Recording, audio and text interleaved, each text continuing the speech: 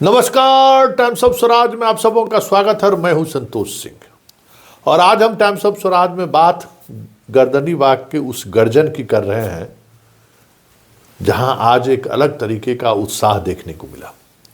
हालांकि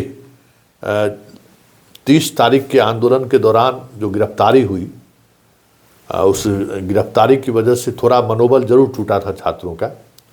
कल उसमें 2 छात्र जमानत पर छूटे भी हैं, लेकिन मिश्रा जी अभी भी जेल में हैं। सोमवार तक उनके बाहर आने की संभावना जताई जा रही है। वैसे उनके चाहने वाले लोग और इस आंदोलन को बनाए रखने वाले लोग अभी भी गर्दनी बाग में डटे हुए हैं, इस उम्मीद से कि सरकार झुकेगा ही नहीं। झुकेगा ये आज भी ये लोग मान रहे हैं। लेकिन दिल्ली के परिणाम के बाद आज सच में यहाँ जो सत्याग्रह पर बैठे हुए छात्र हैं उनका मनोबल कुछ ज़्यादा ही ऊंचा दिखा। आज शाम के समय में फिर कुछ उसी तरीके का उत्साह लौट आया जो उत्साह पहले देखने को मिल रहा था। अपने साथियों को की हौसला अफजाई के लिए दिल्ली से एक टीम फिर पटना के लिए रवाना हो रही है कल, कि नहीं, गर्दनी बाघ को छोड़ना नहीं है। गर्दनी बाघ से संदेश जारी रखना है। कोर्ट में हम लोग लड़ाई लड़ ही रहे हैं, अब सड़क से सदन तक भी लड़ाई जारी रखनी है। और अब हमें ये गांव-गांव तक ये संदेश पहुंचाना है कि पूर्वांचल ने जिस तरीके से बीजेपी, चिराग और नीतीश को सबक सिखाया है, अब बिहार की बारी है। बिहार के छात्रों के साथ जिस तरीके का व्यवहार ये सरकार कर रही है, अब कमर कसने का वक्त आ गया। लेकिन देखना दिलचस्प होगा कि दिल्ली की बात बिहार के गांव तक पहुंचाने का जो कसम छात्र खाए हैं उसको धरातल पर कहां तक उतार पाते हैं। वैसे शिक्षक बहाली को लेकर, डोमिसाइल को लेकर और बीपीएससी को लेकर बड़ी संख्या में छात्र सरकार से नाराज है। ये नाराजगी ईवीएम तक पहुंच जाए ये कहना थोड़ा जल्दबाजी होगा, लेकिन नाराजगी तो है और ये नाराजगी साफ दिख रही है। हर बहाली में जितने लोगों की इन्होंने नौकरी नहीं दी है उससे कहीं ज़्यादा लोग इनके बहाली प्रोसेस की वजह से नाराज भी हुए हैं। सॉल्वर गैंग का कहीं न कहीं हस्तक्षेप अभी भी जारी है और बहाली के बाद भी जिस तरीके से जो फर्जी बहाल हैं उनको बचाए रखने के लिए सरकार के तंत्र लगे हुए हैं, वो भी एक बड़ी नाराज़गी का कारण है। वैसे इस आंदोलन ने ये तो गांव-गांव तक पहुंचा दिया कि नीतीश के शासनकाल में भले ही बहाली के नाम पर जमीन रजिस्ट्री लोग नहीं करा रहा है, लेकिन बहाली के नाम पर बड़े स्तर पर खेला हो रहा है। एक खास जिले को तवज्जो दी जा रही है, ये अब चर्चाएं होनी शुरू हो गई है। एक खास तरीके की जाति को तवज्जो दी जा रही है, ये भी चर्चाएं होनी शुरू हो गई है। और इस पूरी बहाली में सॉल्वर गैंग की सक्रियता हर बहाली में रह रही है, ये भी लोग अब समझने लगे हैं। तो इसका असर तो पड़ेगा। ये देखना दिलचस्प होगा कि ये आंदोलन कब तक जारी रहता है। लेकिन छात्रों का उत्साह और मनोबल आज गर्दनी बाग में देखने को मिल रहा था। उसी तरीके से शाम 5 बजे होते ही जनगण मन के नारों के साथ छात्र फिर से अपने आप को उत्साहित करने की कोशिश करते हुए दिखे और फिर वही नारा, परिवार तुझे जाना होगा। ज़रा देखिए छात्रों का उत्साह जो आप वीडियो में देख रहे हैं साथ में, और क्या कह रहे हैं छात्र, ज़रा सुनिए और किस अंदाज में कह रहे हैं, आज वो देखने वाली बात है।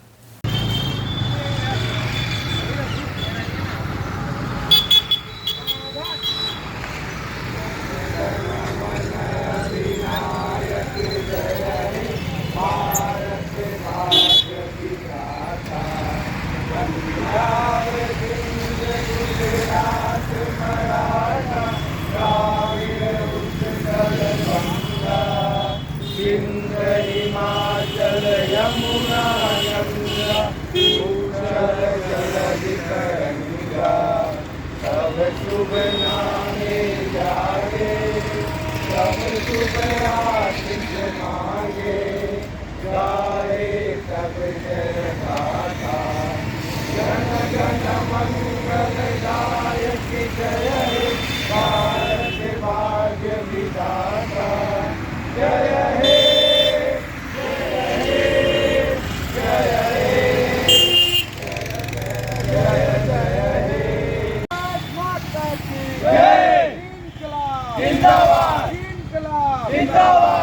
वंदे मातरम, वंदे मातरम। क्या चाहिए?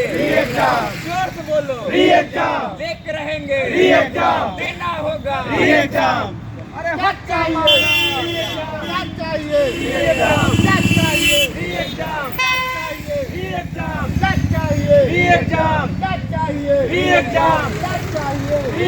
अरे छात्र एकता जिंदाबाद, जिंदाबाद, जिंदाबाद। छात्र एकता जिंदाबाद, जिंदाबाद, जिंदाबाद। क्या चाहिए? क्या चाहिए? अरे हक है हमारा, अरे हक है हमारा। अरे देना होगा, अरे क्यों ना दोगे तो छीन के लेंगे।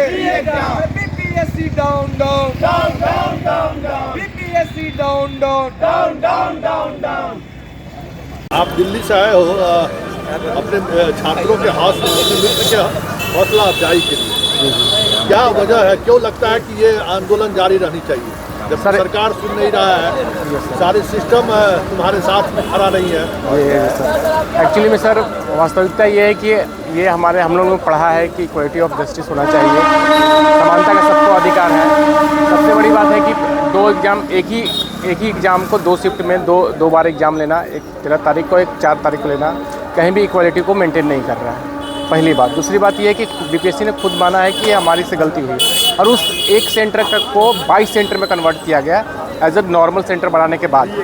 22 सेंटर का री एग्ज़ाम का लेने का मतलब ये है कि आपने बहुत एक बड़े लेवल पर चीज़ों को आपने इक्वलिटी मेंटेन करने का कोशिश किया है, जबकि दो पेपर अलग अलग पेपर को मेंटेन नहीं किया जा सकता, पहली बात। और दूसरी बात सर ये है कि ये जो हमारे चेयरमैन हैं वो ऑलरेडी सर एक भ्रष्टाचार में उनकी संलिप्तता आ रही है, उनकी भ्रष्टाचार में उनकी संलिप्तता पहले से है और ये संलिप्तता छात्रों के बीच में प्रखर रूप से है, सभी को मालूम भी है। तो ये चेयरमैन को इस पोस्ट पर, जो एक कॉन्स्टिट्यूशनल बॉडी है, उस पोस्ट पर बने रहना ही कहीं ना कहीं गलत है। तो ये पूरे आयोग एक जो है भ्रष्ट के संदिग्ध में है, उसको किसी भी तरह से मतलब कि ये तो मुद्दा है ही, लेकिन आप दिल्ली से आ रहे हैं, अपने हर वीक पहुंच जा रहे हैं अपने मित्रों को।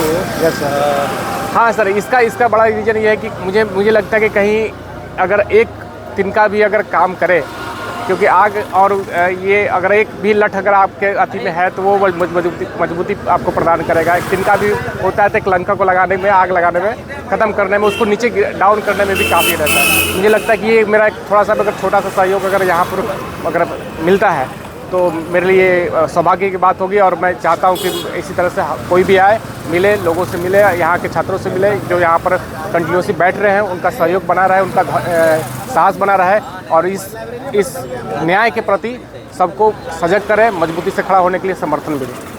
कुछ उम्मीद अभी भी है? यस सर, पूरी तरह से उम्मीद है, क्योंकि ये पूरी तरह से सभी को मालूम है कि ये इनजस्टिस है, बच्चों के साथ ये अन्याय हो रहा है। हाँ, अब जैसे कि हम यहाँ पे आए हुए हैं तो इसमें खास करके हम हौसला अफजाई करने आए थे कि मतलब हम लोग ये करना चाहते हैं कि we are united and we are a form, एक हैं तो सेफ हैं वाला कोट जो है हम उसी को दोहरा रहे हैं दोबारा कि एक है एग्ज़ाम क्यों होना चाहिए। तो आपको सबको पता है कि एग्ज़ाम क्यों होना चाहिए। आपने पहले बोला, पहला एक होता है, हम लोग बोलते हैं लॉ के टर्म में बोलते हैं गिल्ट को एडमिट कर देना कि हम आप जब जज पूछता है कि क्या आप दोष को मानते हैं, आपके ऊपर जो दोष लगा है उसको मानते हैं, तो बीपीएस कहते हैं हाँ हम मानते हैं कि बापू सेंटर में गड़बड़ी हो गया था। अब लेके कह रहा है कि गड़बड़ी नहीं हुआ था, वो सिस्टम का थोड़ा सा फेलियर था। हम भी तो यही कह रहे हैं कि सिस्टम का फेलियर आपका है।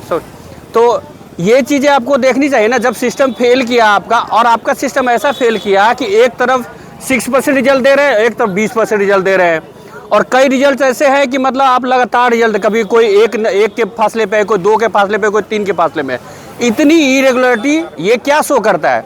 और बहुत सारी चीज़ें हैं जो आपको दिख जाता है कि मतलब बोलते हैं कि error of the law apparent on the face of the record, ये वाली चीज़ें आ जाती है सामने कि सब चीज़ दिख रहा है कि आपको रिजल्ट आप ऐसे दे रहे हैं कि 23 है तो 24 है, 25 है, फिर 28 हो गया, फिर 30 हो गया, फिर 32 हो गया। तो इस तरह से 4 वाला में ऐसा रिजल्ट आ रहा है। इवन जो 13 वाला में है, 13 वाला में कुछ रिजल्ट ऐसे हैं कि लगातार आ रहे हैं। तो ये क्या शो करता है? एसओपी ये भी कहता है आपका कि हम जो हैं हम बरामदा में पेपर नहीं लेंगे, लेकिन हर किसी को पता है कि बरामदा में पेपर हुए हैं। समाज कल्याण विभाग जो है, जो बीपीएससी में जो छात्र सेलेक्ट होते हैं विभिन्न कैटेगरी से, उनको मेंस की तैयारी के लिए वो लोग ये देते हैं, स्टाइपेंड देते हैं। लेकिन जब जो प्रोविजनल जजमेंट आया है 15 तारीख में, जो Pappu Kumar versus Bihar of state में, उसमें ये लिखा गया है कि जो रिजल्ट है वो प्रोविजनल है और अंतिम रूप से जो है ये पूरा का पूरा रिजल्ट जो है हाई कोर्ट के एंट्रीम डिसीजन से प्रभावित हो सकता है। तो समाज कल्याण विभाग के सचिव जो हैं वो बिना किसी जो है लीगल एडवाइस के, बिना किसी सोच समझ के वो क्या करते हैं, छात्रों से स्टाइपेंड प्रदान करने के लिए वो एप्लीकेशन फॉर्म इनवाइट कर देते हैं, जो सरासर गलत है। जो PIL जो ब्रजेश सिंह सर वाला जो इशू है, वो तो पूरा का पूरा जो चेयरमैन की जो नियुक्ति है उसी के नियुक्ति पे ही बहुत जो है वो प्रश्न चिन्ह खड़ा हुआ है, क्योंकि जो पूरा मामला है वो संवैधानिक क्राइसिस का है, कॉन्स्टिट्यूशनल क्राइसिस का मामला है। वो इतना कॉम्प्लिकेटेड हो गया है पूरा का पूरा ये BPSC वाला इशू। ऑलरेडी 3 रीट भी जो है वो हियरिंग के लिए जो है आने वाले दिनों में होगा उसका। फिर भी सोशल डिपार्टमेंट के सेक्रेटरी जो हैं उनकी ये समझ नहीं बनती है कि जो है लीगल एडवाइस लें फिर आगे फर्दर डेवलपमेंट करें। और उनके इस डिसीजन से ये लगता है कि उनका जो पद है या उनका जो निर्णय है वो हाई कोर्ट और सर्वोच्च न्यायालय से ऊपर का है जी। और जो समाज कल्याण विभाग जो पैसा देगा बच्चों को, और बच्चे जो होते हैं एक नॉर्मल से छात्र होते हैं, उन लोगों के पास अगर अचानक से पैसा आता है और वो खर्च कर देते हैं, तो बाद में अगर हाई कोर्ट के रिजल्ट से अगर PT का एग्ज़ाम कैंसिल होता है तो उसके बाद वो पैसा है वापस रिकवर करना पड़ेगा। ये कौन से नियम और कौन से कोई ना कोई आप नियम से पैसा वापस लेंगे, और बच्चे जब पैसा वापस नहीं लौटाने की स्थिति में होंगे तो उन पर आप FIR करेंगे, उनको प्रताड़ित करेंगे अलग से। पहले तो बच्चा पूरे एग्ज़ाम को देने में प्रताड़ित हो आपके गलत सिस्टम से, उसके बाद उसको जो आपने पैसा दिया है सरकार की छात्रवृत्ति का, उसको वापस करने में वो प्रताड़ित हो। तो ये पूरा जो सिस्टम है बच्चों को प्रताड़ित करने का है। तो ये जो मैं कहना चाहता हूँ कि विभाग के सचिव और विभाग के मंत्री जी को भी इस पर तुरंत कार्रवाई करते हुए इस पर रोक लगानी चाहिए कि आप सरकार का हम लोग का ही पैसा, जो टैक्स पेयर का पैसा है, वो एक्सचेकर को ही घाटा लगाइएगा, क्योंकि अगर बच्चे वापस नहीं करते हैं तो हमारा ही टैक्स का पैसा है। तो आप इसको क्यों बांट रहे हैं इस तरह से? जब हाईकोर्ट का रिजल्ट अभी नहीं आया है, केस का रिजल्ट अभी नहीं आया, 3 रीट फाइल हुआ है, उसमें तीनों की सुनवाई कभी किसी न किसी बहाने से टल रही है। अब मंडे या ट्यूसडे को उसका फाइनल हियरिंग होना ही है एक, तो तब तक आप रुक जाते।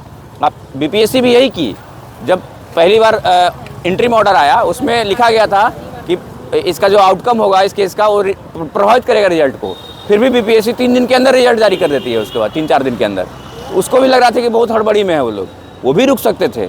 लेकिन पूरा जो ये मामला है वो ऐसा लग रहा है कि सरकार पूरा लीपा पोती और हड़बड़ी में है, BPSC पूरी हड़बड़ी में है। मिलकर दोनों काम कर रहे हैं कि किसी न किसी तरीके से बच्चा को इसमें फंसा दिया जाए और इस केस का कोई फाइनल आउटकम ना निकले जल्दी से। आप ये भी जान रहे हैं कि आज दिल्ली में भी चुनाव हुआ है, जिसमें एक बुराड़ी सीट है, तो वहाँ पे भी जो यहाँ के प्रत्याशी थे, यहाँ के जो लोकल दल हैं जदयू और लोजपा, उनके जो प्रत्याशी है उसकी हार हुई है।